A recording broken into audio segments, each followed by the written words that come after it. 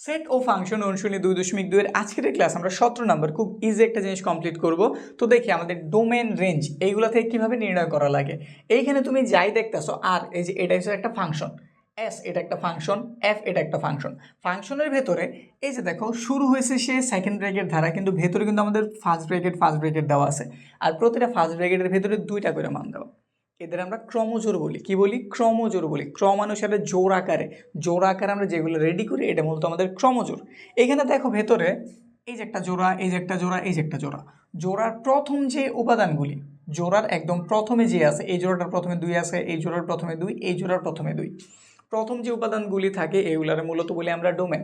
এগুলো আসলে এক্স নির্দেশ করে। এগুলো কি নির্দেশ করে? এক্স অক্ষ পর আমরা যে মানগুলি ব্যবহার করি বা এক্স অক্ষে যারা থাকে এই মানগুলি সে প্রকাশ করে, তার আমরা কি বলি? ভুজ বলি। তার আরেকটা নাম আছে কি? ভুজ। আবার এরপরে ক্রমজোরের দ্বিতীয় যে উপাদানগুলি এগুলো হইতেছে আমাদের রেঞ্জ। এগুলো আমাদের কি? রেঞ্জ। এগুলো মূলত আমরা ওয়াই দ্বারা প্রকাশ করি। আমাদের এইখানটাতে এক্স হইতেছে মুক্ত চলক, সে কার উপরে ডিপেন্ড করে না, তার মান দেওয়া থাকে, এর ভিত্তিতে আমরা মূলত ওয়াইয়ের মানগুলি বের করি।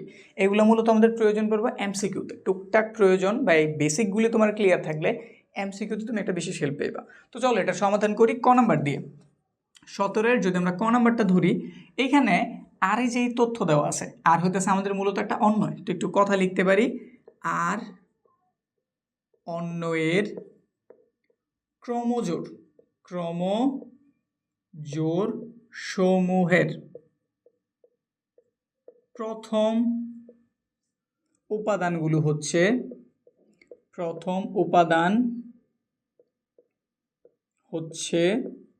এইখানে উপাদান খেয়াল দিয়ে দেখো, এইখানেও 2, এখানেও 2, এখানেও 2 রিপিট হইতেছে, কিন্তু মানে একই জিনিস বারবার হইতেছে। তাহলে আমি কি 3 বার 2 লিখে দিব? না, শুধু একবার লিখলেই হইব। তাহলে আমাদের মান কত? আর অন্যের ক্রমজোর সমূহের প্রথম উপাদান হচ্ছে 2, বুঝতে পারছি। এবং আর অন্যয় ক্রমজোর সমূহের দ্বিতীয় উপাদান, এখানে উপাদান কিন্তু অনেকগুলো, 1 আছে, 2 আছে, 3 আছে। তো এখানে তুমি কি লিখতে পারো? উপাদান সমূহ। কি লিখতে পারো? দ্বিতীয় উপাদান সমূহ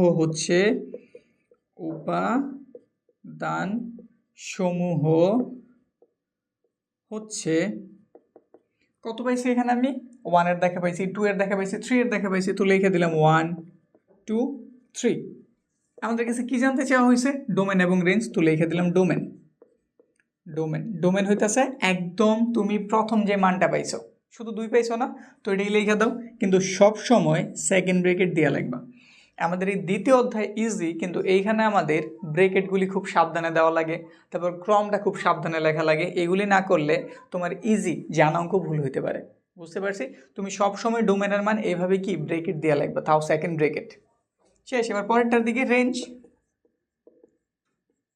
রেঞ্জেও সেম প্রক্রিয়া, কিন্তু 1 2 3 লিখলাম, এটা আমাদের ঠিক আছে। কিন্তু আমি যদি এইখানে লিখলাম 3 2 1, তাহলে কিন্তু ভুল হইব, কারণ আমাদের এইখানে ক্রমানুসারে লেখা লাগে।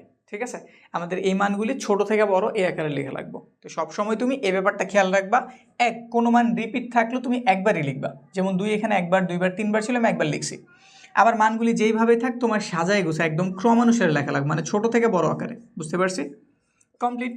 খ নাম্বারের জন্য সেম প্রক্রিয়াই। তো খ নাম্বারটার দিকে তাকাই। খ নাম্বারে এই কথাটাই লিখবা। তো প্রতিবার আমি আর এই কথা লিখতেছি না, জাস্ট এখন আমরা শুধু অ্যান্সারগুলি বসাইতেছি। এখানে যদি তাকাও, আমাদের প্রথম উপাদানগুলি -2, -1 0 1 2। তো একটু লিখে দেই, আমাদের ডোমেন কত? আমাদের ডোমেন হইব, প্রথম আমাদের ছোট মান লিখতে হইব। আমরা জানি ছোট মান হইতেছে -2, এটা সবচেয়ে ছোট, কারণ মাইনাসের সংখ্যা যে আসলে দেখতে যত বড় সে আসলে তত ছোট। আমাদের মাইনাসের সবচেয়ে বড় পূর্ণ সংখ্যা হচ্ছে 1। কত? 1। এরপর তুমি যত আস্তে আস্তে বড়র দিকে যাবো মাইনাসের সংখ্যা নেই, সে আসলে তত ছোট। তো এখানটাতে আমাদের -2 -1 থেকে কিন্তু ছোট। তো আমরা -2 এর লিখছি, তারপর -1 রে। এরপর কত আছে? এরপর আছে আমাদের 0 আছে, তারপর একটা সাধারণ 1 আছে, একটা 2 আছে। দেখো তো সব লিখছি কিনা? -2 লেখা হয়েছে, -1 লেখা হয়েছে, 0 লেখা হয়েছে, 1 লেখা হয়েছে, 2 লেখা হয়েছে। আমরা সব কি করছি? আমরা সব প্রথম উপাদানগুলি লিখছি, যেগুলো আমরা কি বলি? ডোমেন বলি। এবার রেঞ্জের দিকে তাকাও। রেঞ্জের দিকে তাকায় দেখলাম এখানে আমাদের মানগুলি বের হচ্ছে, এগুলো আমরা সাজায় লিখতে হইব। সবচেয়ে ছোটোকে -4, এর থেকে ছোটো কেউ আছে না? নাই। তো -4 লিখলাম। তারপর আছে 1, এর থেকে ছোটো কেউ না, তাহলে 1 লিখে দিলাম। এরপর ছোটো কে আছে 0, লিখে দিলাম। তারপর আবার আমাদের কত আছে? 1 আছে, লেখা দিলাম। দেখো তো এখানে কোনো ভুল হয়েছে কিনা, অবশ্যই ভুল হয়েছে। কয়টা ভুল হয়েছে? 2টা ভুল হয়েছে। কী ভুল? আমরা একই মান 2বার লিখছি। আরেকটা ভুল কই, আমাদের 1 থেকে কি 0 ছোট না? তাহলে এটার আগে লেখা উচিত ছিল, এটার পরে। বুঝতে পারছি? এই ছোটোখাটো বিষয়গুলো তোমার একটু খেয়াল রাখতে হইব। একদম সিম্পল, শুধু এই ছোটো ব্যাপারগুলি খেয়াল রাখলেই অঙ্ক ঠিকঠাক। তো এখানে 0 হইব, তারপরে 1 হইব, তারপরে কি আছে? এখানটাতে 4 আছে। ব্যাস, এবার ঠিক আছে, এবার কোনো ভুলভ্রান্তি নেই। ওকে, পরেরটা গ নাম্বার। ডোমেনগুলি বের করি। ডোমেন কী কী দেওয়া আছে? হাফ দেওয়া আছে, 1 দেওয়া আছে, 1 দেওয়া আছে, 5/2 দেওয়া আছে, 5/2 দেওয়া আছে। তো বোঝা গেল এখানে আমাদের হাফ এটা সবচেয়ে ছোট, কারণ আমাদের 5/2 এটার ভাগ দিলে আমরা পাবো 2.5, যেটা অবশ্যই আমাদের এটা থেকে অবশ্যই বড়। আর এটার মানে হচ্ছে 0.5, তাহলে এটা সবার আগে লেখো হাফ। তারপরে কত আছে? তারপরে আছে আমাদের 1। এরপরে কত আছে? 1 একবার লিখলে হইব, ডাবল মান লেখার কোনো প্রয়োজন নাই। তারপরে আছে আমাদের 5/2।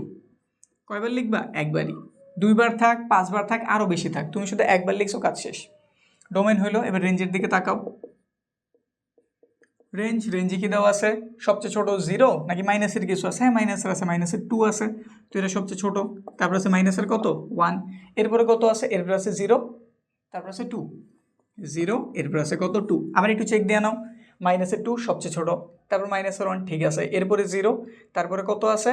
একটা আমাদের 1ও আছে, এই যে একটা 1, তারপরে 2। হ্যাঁ, এবার ঠিকঠাক আছে, বুঝতে পারছি।